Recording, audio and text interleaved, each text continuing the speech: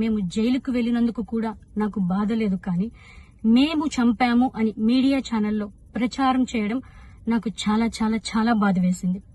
అతని చావులో మా ప్రమేయం లేదని గౌరవ కోర్టు భావించింది కాబట్టే నాకు 19 రోజుల్లో బెయిల్ వచ్చింది. సబ్సిక్వెంట్లీ 1 నెలలో మా అందరికీ బెయిల్ వచ్చింది. మేము ఫారెన్ లో లక్షల జీతాలు వదులుకొని రాజకీయాల్లోకి వచ్చింది ప్రజలకు సేవ చేయడానికి, కానీ మనుషుల ప్రాణాలను తీయడానికైతే కాదు. అలాంటి మనస్తత్వం మాది కాదు. ఈ కేసులో మాకు ఎలాంటి సంబంధం లేదని గౌరవ కోర్టులో మేము నిరూపించుకొని క్లీన్ చీట్ తో తప్పకుండా ఈ కేసు నుండి బయటకు వస్తాం.